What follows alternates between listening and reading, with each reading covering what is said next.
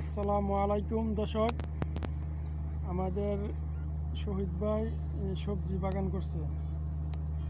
এই যে কুয়েতের মাটিতে যে দেখেন কচু গাছ, এই যে কচু, তারপরে এই যে লাল শাক, তারপরে আলু গাছ, তারপরে এই যে টমেটো গাছ, এই যে করলা গাছ, দেখেন কত জাতের গাছ করছে। তারপরে এখানে আছে বাগান। এই যে নেত্রকোনার শহীদুল ভাই, বাড়ি হচ্ছে মমিন সিং নেত্রকোনা। সুভাষ মিয়া কই না সুভাষ মিয়া আইয়ো এই না অন্তে চিনবো এখন গেছেন এটা ইউটিউবে যাইব, ইউটিউবে গেলে সুভাষ মিয়া কই সবাই সাবস্ক্রাইব আর লাইক দিবেন। কেন্দ্র জানা কেন্দুয়া থানা গ্রাম বরাবরা গ্রাম হচ্ছে বরাবরা।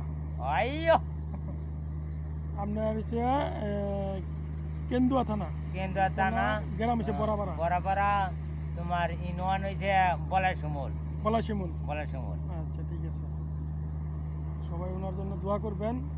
এই কুয়েতে এত পরিশ্রম করার পরে সবজি, আলু, তারপরে এই যে বাগান, ওনার হাতে সব গাছ লাগানো।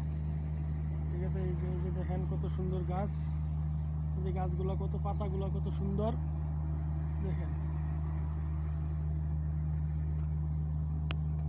এই যে আরো আছে এই যে টমেটো গাছ, এই যে টমেটো গাছ।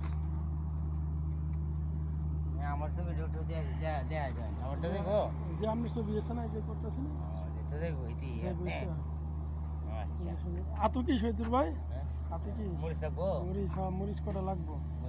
মরিচ আছে, সবজি নিয়ে সবজি না আপনি দেখতে নিন মাসাল্লাহ। আর বেশিক্ষণ নাই,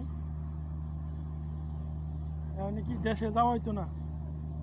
দেশে দেখি এম্বাসিতে ভাই মিললে কি করা যা নেট করে বাদে দেশের বন্দোবস্ত করবো ইনশাল্লাহ। আপনি টমেটো খাইছেন নি গাছতে? জি টমেটো কিছু খাইছি আর কিছু রয়েছে। আচ্ছা, এটা কি গাছ? এটা এই আমরা দেশ তোমার মুহি, আর এই দেশ লতা ডাহে, কেউ ডাহে লতি। না এটা আমরা দেশটা হ্যাঁ তোমার এই দেশটা হ্যাঁ বটবুটি।